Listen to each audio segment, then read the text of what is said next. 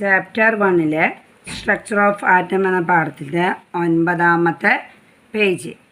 Main characteristics of cathode rays. Cathode രശ്മികളുടെ പ്രധാന സവിശേഷതകൾ എത്ര എണ്ണമുണ്ട്? 4 എണ്ണമാണുള്ളത്.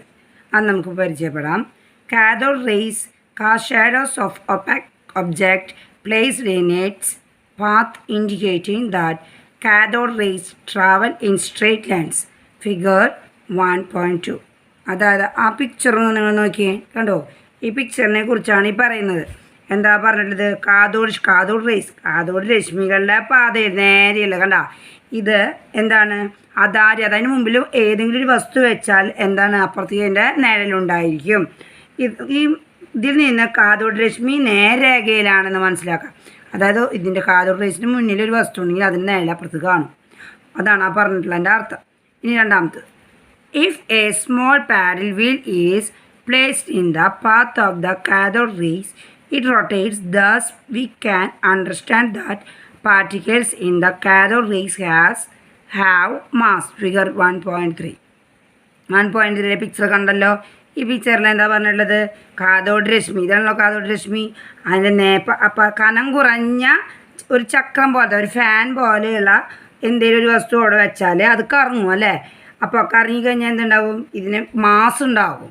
ഈ മാസിനെയാണ് മാസ് ഉണ്ടെന്ന് നമുക്ക് ഇതിലെ മനസ്സിലാക്കാൻ പറ്റും. എന്താ പറഞ്ഞാൽ? കാഥോഡ് രശ്മിയുടെ നേരരേഖയിൽ പാതിൽ മുന്നിൽ കനം കുറഞ്ഞ ഒരു ചക്രം വെച്ചാൽ അത് കറങ്ങും.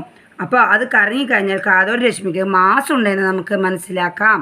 ഇനി അടുത്ത point, when an electric field is applied on both sides of the rays they are found to be attracted towards the positive side. എന്താണ്? അത് നമ്മൾ തൊട്ടപ്പുറത്തെ പേജിൽ നമുക്ക് കാണാം. From this we can infer that cathode rays have negative charge. കണ്ട? അപ്പോൾ എന്താണ് ആ ഫിഗർ നോക്കിയൊന്ന് കണ്ടോ? അതിലെന്താ പറഞ്ഞിട്ടുള്ളത്? കാഥോഡ് രശ്മിയുടെ 2 ഭാഗത്തുമായിട്ട് വൈദ്യുതി ഉണ്ടെന്ന് വിചാരിക്കുക. വൈദ്യുതി പോകുമ്പോൾ എന്തുണ്ടാവും? രശ്മികൾ, അതായത് ഈ കാണുന്ന ഇതുണ്ടല്ലോ, അത് പോസിറ്റീവ് ഭാഗത്തേക്ക്, ഇതാണ് പോസിറ്റീവ് ഭാഗം, കണ്ട് അവിടത്തേക്ക് ആകർഷിക്കുന്നു. ഇതിൽ നിന്ന് കാഥോഡ് രശ്മികൾക്ക് നെഗറ്റീവ് ചാർജ്, പോസിറ്റീവ് ചാർജ് ഉണ്ടെങ്കിൽ അതിൽ നിന്നുണ്ടാവും നെഗറ്റീവ് ചാർജ് ഉണ്ടെന്ന് നമുക്ക് മനസ്സിലാക്കാം. The path of the cathode rays gets deflected in the magnetic field also. കാന്തിക മണ്ഡലവും ഇതിനുണ്ടാകുന്നു. കാന്തിക മണ്ഡലത്തിന് മാറ്റവും ഉണ്ടാകുന്നു. ഇതിൽ നിന്ന് എന്തൊക്കെ മനസ്സിലാക്കി? കാഥോഡിൻ്റെ നേരരേഖയിൽ ഒരു വസ്തു വെച്ചാൽ നിഴലുണ്ടാവുന്നു. കാഥോഡ് സ്ട്രെയിറ്റ് ആയിരിക്കുന്നു. ഇതിൽ നിന്ന് നമുക്ക് മനസ്സിലായി. ഇനി രണ്ടാമത്തെ പോയിന്റ് എന്ത് പറഞ്ഞത്? കാഥോഡ് നേരെ ഒരു ഫാൻ പോലെ എന്തെങ്കിലും വെച്ചാൽ അത് കറങ്ങും. അപ്പോൾ അതിൽ മാസ് ഉണ്ടാകും. മൂന്നാമത്തെ പോയിന്റിൽ എന്നാ പറഞ്ഞ് മനസ്സിലാക്കിയത്? കാഥോഡിലെ 2 സൈഡിൽ കറണ്ട് പാസ് ചെയ്യുന്നതിനാൽ അത് ഒരു ഭാഗത്ത് പോസിറ്റീവ് ഭാഗത്തേക്ക് ആകർഷിക്കുകയും ചെയ്യുമ്പോൾ അതിന് നെഗറ്റീവ് ചാർജ് ഉണ്ടെന്ന് മനസ്സിലാക്കാം. ഇനി നാലാമത്തെ പോയിന്റ് എന്താ പറഞ്ഞത്? കാന്തിക മണ്ഡലത്തിലെ മാറ്റം ഉണ്ടാകുന്നു നമുക്ക് മനസ്സിലാക്കാം. ഇങ്ങനെ 4 പോയിൻ്റാണ് മെയിൻ ക്യാരക്ടറിസ്റ്റിക്സ് ഓഫ് കാഥോഡ് റേസിൽ പറഞ്ഞിട്ടുള്ളത്. അപ്പം മെയിൻ ക്യാരക്ടറിസ്റ്റിക്സ് ഓഫ് കാഥോഡ് റേസിലെ ഫസ്റ്റ് പോയിന്റ് നമുക്ക് അണ്ടർലൈൻ ചെയ്യാം. ഇനി നമ്മൾ നെക്സ്റ്റ് പേജിൽ ഫീൽഡ് ഓൾസോ എന്ന് കണ്ടില്ലേ? അവിടെ വരെ അണ്ടർലൈൻ ചെയ്യണം, നന്നായി പഠിക്കണം. ഇനി അടുത്ത് നമുക്ക് നോക്കാം. The properties of the cathode rays do not change on changing the gas inside the tube or the metals with which the electrodes are made. This indicates that the particles in the cathode rays are present in all substances. These particles are electrons. അത് നമുക്ക് underline ചെയ്യാം. എന്താണ് ഇതിൽ പറഞ്ഞിട്ടുള്ളത്? ട്യൂബിലെ വാതകത്തെയോ ഇലക്ട്രോഡുകളെയോ നിർമ്മിച്ചിരിക്കുന്ന ലോഹം ഉണ്ടല്ലോ, ഒരു ഇരുമ്പിൻ്റെ സംഭവം ഉണ്ടായിരിക്കുമല്ലോ, അത് മാറ്റിയാൽ ട്യൂബിൻ്റെ 2 സൈഡിൽ നിന്ന് പറഞ്ഞിട്ടുണ്ടായിരുന്നല്ലോ എന്തെന്ന് ലോഹങ്ങളുണ്ടെന്ന് പറഞ്ഞല്ലോ.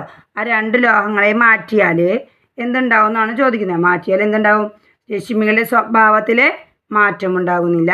ഏത് രശ്മിയാണ്? കാഥോഡ് രശ്മിക്ക് മാറ്റമുണ്ടാകുന്നില്ല. കാഥോഡ് രശ്മിയിലെ കണികകൾ എല്ലാ പദാർത്ഥങ്ങളിലും അടങ്ങിയിട്ടുണ്ട്. ഈ കണികകളാണ് എന്ത്? ഇലക്ട്രോഡുകൾ. എന്താ പറഞ്ഞിട്ടുള്ളത്? വാതകത്തെയോ ഇലക്ട്രോഡുകൾ നിർമ്മിച്ചിരിക്കുന്ന ലോഹത്തെയോ മാറ്റിയാൽ രശ്മിയുടെ സ്വഭാവത്തിൽ പദാർത്ഥങ്ങൾക്ക് മാറ്റമുണ്ടാകുന്നില്ല. ഇനി കാഥോഡ് രശ്മിയിലെ കണികൾ എല്ലാ പദാർത്ഥങ്ങളിലും അടങ്ങിയിട്ടുണ്ട്. ഈ കണികകളാണ് ഇലക്ട്രോഡുകൾ. അപ്പോൾ ഈ പോയിന്റ് നന്നായിട്ട് പഠിക്കേണ്ടതാണ്. The ratio of electrical charge to mass of an electron was determined by J.J. Thomson. എന്താ പറഞ്ഞത്? ഇലക്ട്രോണുകളുടെ ചാർജും മാസും തമ്മിലുള്ള അനുപാതം കണ്ടെത്തിയത് ആരാണ്? J.J.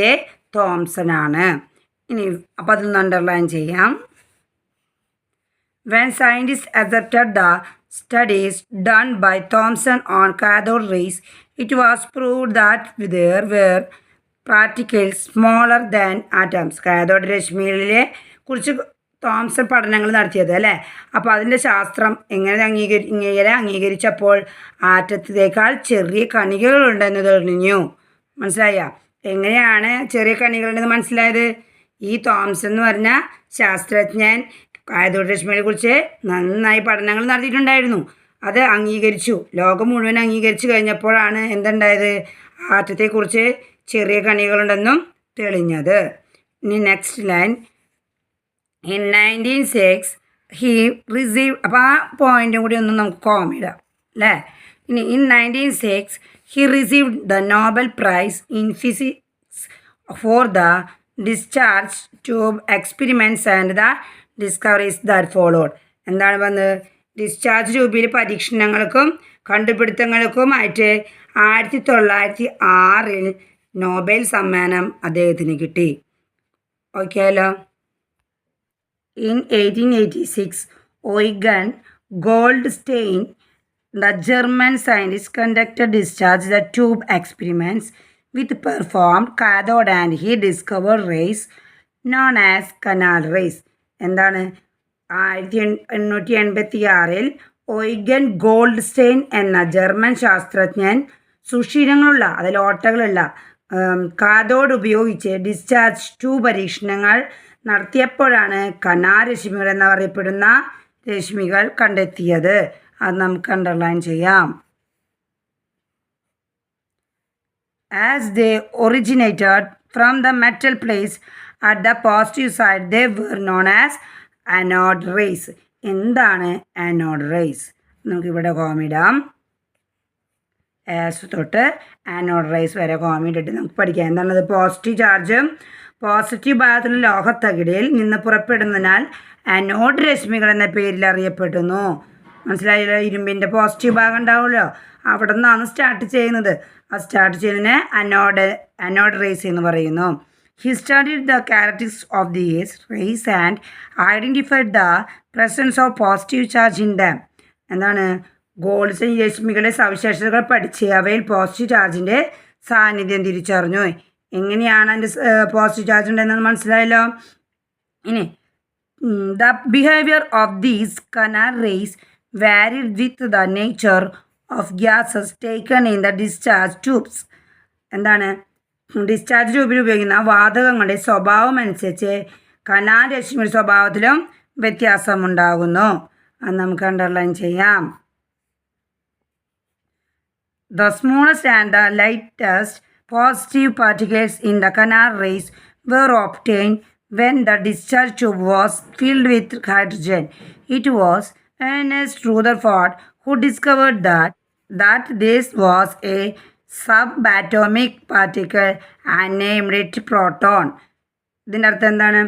ഹൈഡ്രജൻ വാതകം നിറച്ച ഡിസ്ചാർജ് ട്യൂബിൽ പരീക്ഷണം നടത്തിയപ്പോൾ ഉണ്ടായ കനാരശ്മികളിലെ പോസിറ്റീവ് കണങ്ങൾ ഏറ്റവും ചെറുത്, പോസിറ്റീവ് വളരെ ചെറുതാണ്, ഭാരം കുറഞ്ഞതുമാണെന്ന് കണ്ടെത്തി.